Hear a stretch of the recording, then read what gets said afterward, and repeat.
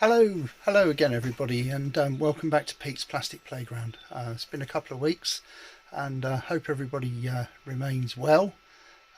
Lovely to have such gorgeous weather at the moment, and I'm certainly making the most of it. So yeah, all good, and hope you are too. So thanks for the all the comments and the views and the likes and some new subscriptions following the Hurricane diorama reveal last time, and I hope you all enjoyed that.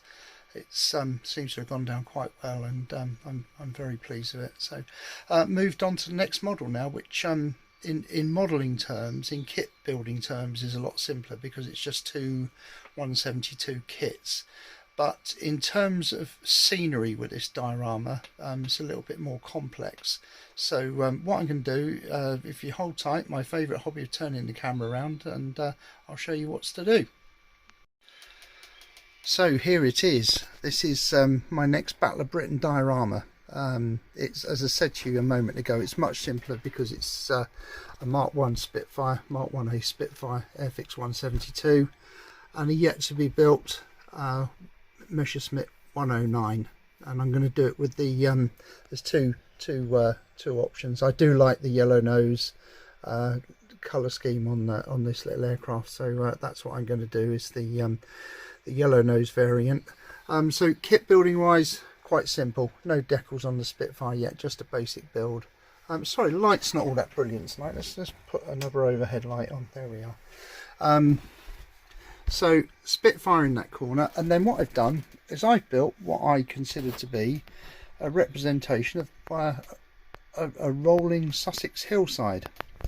So during the Battle of Britain, there's an almighty scrap going on between these two, and our boy has chased this Messerschmitt down to low level, treetop height, maybe even lower, and he's moving in for the kill. So the idea is this is going to be agricultural land. I'm thinking maybe there'll be a little path up here with a fence and perhaps a couple of kids standing on it, and maybe even a ploughman in the field, perhaps horse-drawn plough or something like that. I think it was quite an early harvest in 1940 because of the good weather.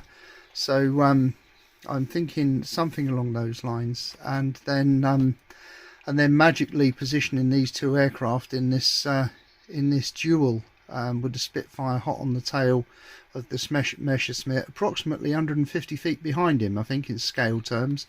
This base that I've built is 2 foot by a foot, and in actual fact, I don't know if any of you are familiar with this material. I'll just take the models off. The way I've made it is that I've used material called Weddy board, which is a cement based, moisture proof, very lightweight, almost like a plasterboard material, but it's used for waterproof situations, like in a shower or something like that. You line the walls of it before you tile. Look how light it is. Look, I can just pick it up like that. Really very light. Oh, I dropped all my bits of paper that form the back seam. And so on top of that, I've stuck some old polystyrene packaging that I had just to give it a bit more height. So I've stuck the, I suppose, what's that, about an inch high strip of polystyrene.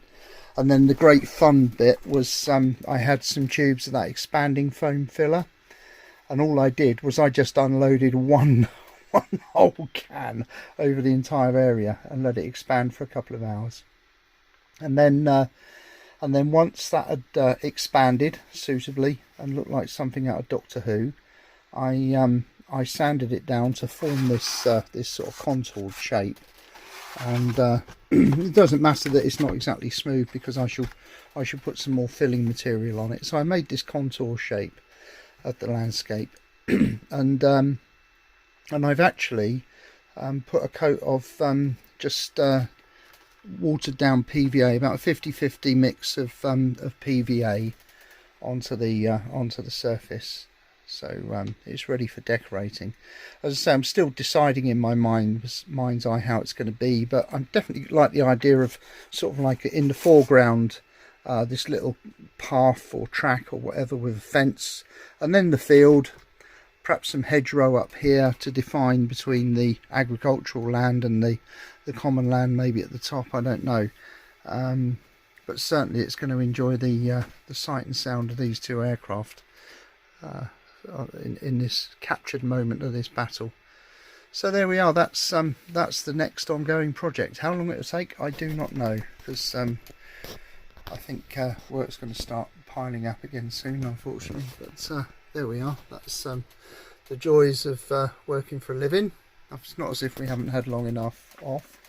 So next up is I can't resist building the kits first, because it's nice positioning them on the model. I don't know if I'm going to have a back scene and just support the models invisibly through the back scene, or whether just to have it open and have clear plastic tubing. Luckily they're only light models, they're only 172 aircraft, so they're very light. So I can probably disguise a fixing quite easily, but I shall give that some thought in due course. And I want to certainly have the ME-109 sort of twisting away from the Spitfire, so it's trying to evade attack, which ultimately will come, and he will die. It will be a kill for the Spitfire pilot, of course. And so so that's where we're at so far. So just a quick one for now, just to introduce you to the new project, and I'll speak to you all again soon. Thanks for all the views and the likes and the kind comments, and I'll speak to you again soon. All the best. Cheers.